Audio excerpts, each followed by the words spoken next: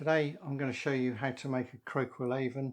This is my modern version, which has a hollow 3mm pole float tip in it, which you can buy these on eBay. This is 3mm, 3.5 looks a good size as well, a bit harder to find, and 4.5 for the really big floats. You need some 3/8 inch balsa dowel. This is fairly hard dowel. If you get too soft, it bruises too easily. It's harder to work, but this one's quite hard. For the base, you need a crowquill. This is a good time of year to find them. The crows and rooks are molting at the moment. You just strip off the hull, a little bit of sandpaper, fine sandpaper, that does it. And you'll need some whipping thread just to do the base of the float. You don't need it at the top because the glue and the tip would do it, and at the base of the quill. You will also need a junior hacksaw and some 3mm kebab sticks with a nice sharp point.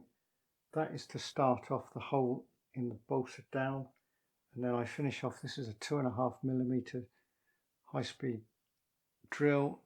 It's a very sharp drill. You don't want some old blunt one, because I'm going to drill this by hand, just twirling it around in my fingers once I've got that pilot hole.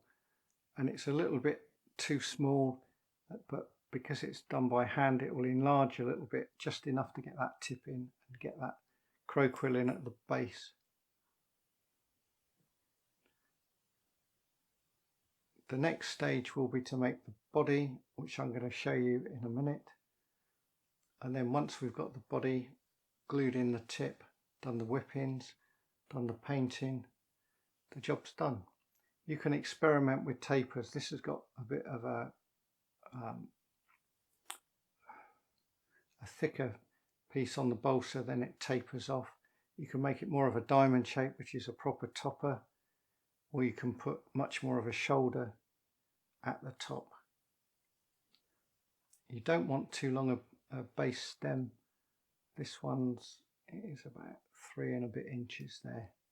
That's about right. The alternative, if you can't find crowquills, is to use kebab sticks for the base, just like that. Or you can use 1.6mm alloy rods, which I think are welding rods. You can get those on eBay from some of the float bits suppliers. First, we need to get some balsa wood. I measure this against the body of an existing float. Around about 4.5 inches is about right, but we need the balsa to be about 1.5 inches longer than that, because we've got to put some of the balsa into the chuck. Chuck needs to be pretty tight, and we need to try and get that balsa nice and centralized. See, measuring against the body here, and it needs to be tight. This is why hard balsa is good. Soft balsa will just get crushed by the jaws of the drill. Make sure you set the hammer setting off on the drill and to the lower speed if it's a 2 or 3 speed drill. I'm just trimming off the very end because it's just a rough cut, very rough. We need it to be cut fairly precisely.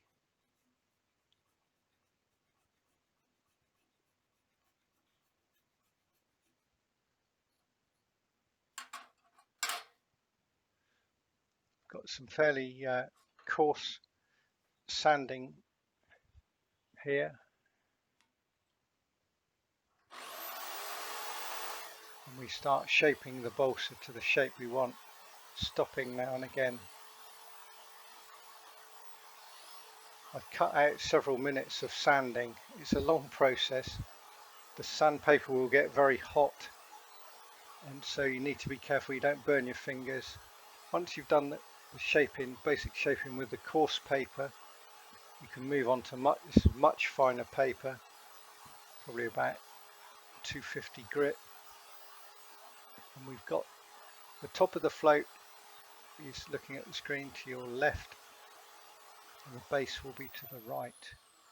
We then saw it off very carefully, get it nice and square, and we've got a basic float body.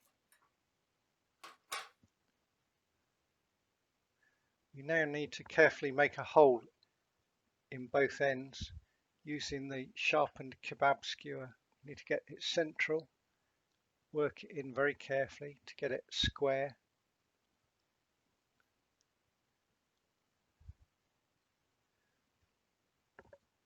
Because this gives us a hole of about 2 millimeters or maybe a little bit more, the 2.5 millimeter drill, which is very, very sharp, will easily cut a slightly bigger hole ready for the quill and for the pole float tip.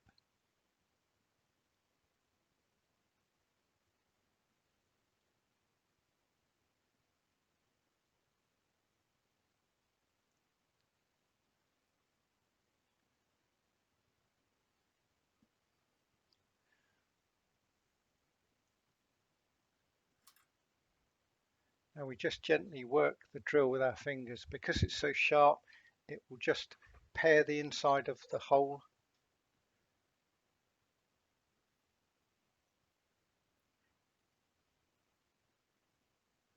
And enlarge it just a little bit, not very much.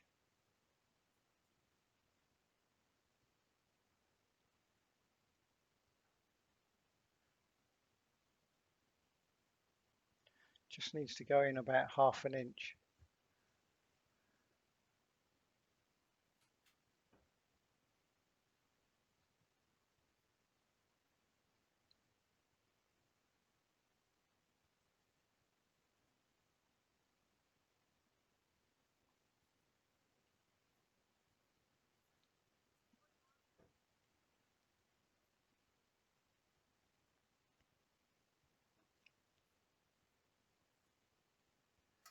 Push the blunt end of the pole float tip in first.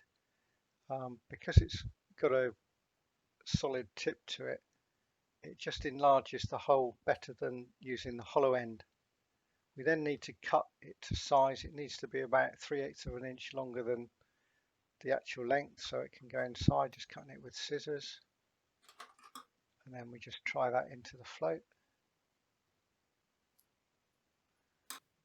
That's a little bit too long. We want it a bit shorter than that.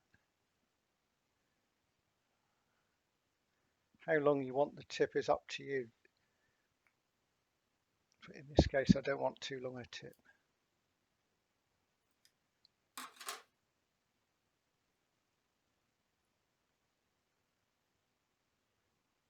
We're now ready to do the feather. We just cut a piece, just measure it against the existing float so we've got an idea. Want something a bit over 4 inches long.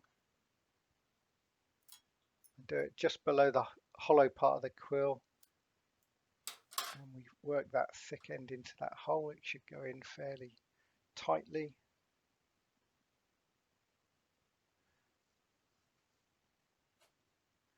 And we have got the makings of a float. I'm just going to do a bit of tapering now with sandpaper on that end with the quill. The other end is just spot on really. This is just for the whipping. It'd probably be better, as you'll find out in the whipping section, if I'd done this with a very sharp blade and just tapered it in before gluing. But it just makes it easier. It's best not to taper it until you've fitted the quill in, because it gives the balsa some strength while you're just manipulating doing the hole and putting the quill into it. Makes it less likely to split. But once you've got it in there safely and you can glue it, you're there. And this is pretty secure. So we're ready for the next stage now.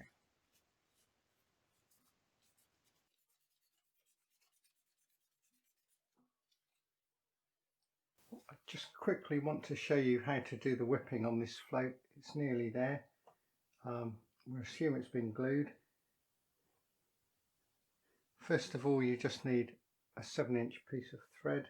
This is going to be for pulling your tag end through. Put that somewhere handy.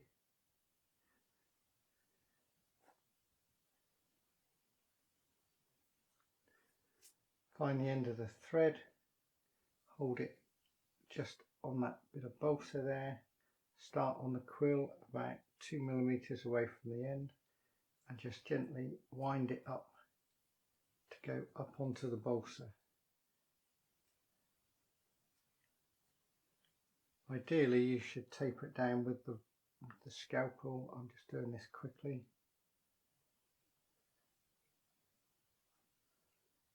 Just nice and even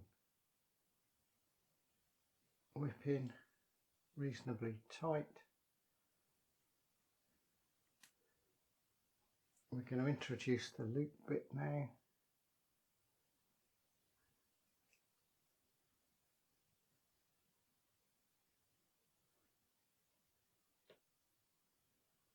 Trap the loop round.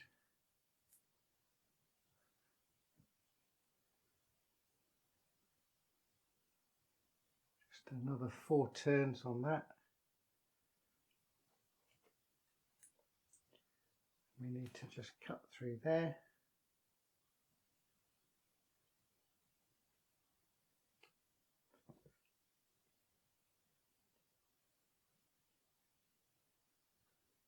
Just thread through the loose end, through the loop, hold that tight with our finger, pull the loop tight and pull the loose end through. That's now done, and all that remains, this isn't a very good whipping, but it's pretty simple really. Cut the 2 tag ends off.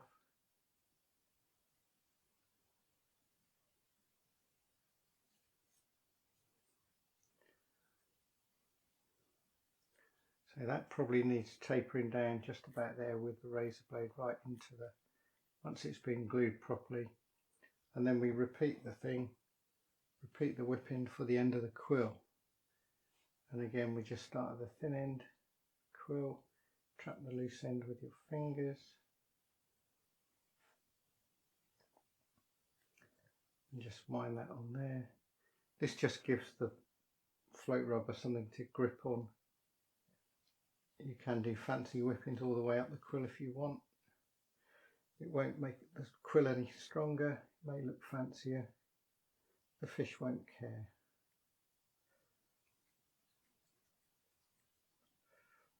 I'm doing this very quickly just to show you how easy it is to do.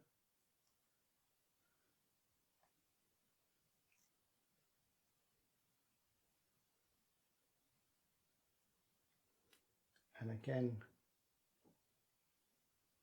you trap the loop, very quickly do that.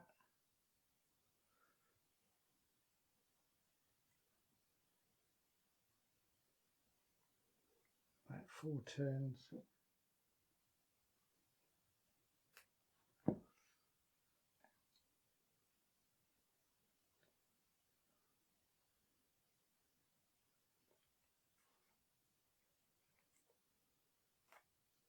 And there it is done, just needs the end doing. Hope you've enjoyed watching this video. I hope it inspires you to go and make some floats. They're very useful for roach fishing, for fishing with bread in the winter, as you'll see on some of my other videos set on the Dorset Stour in the winter.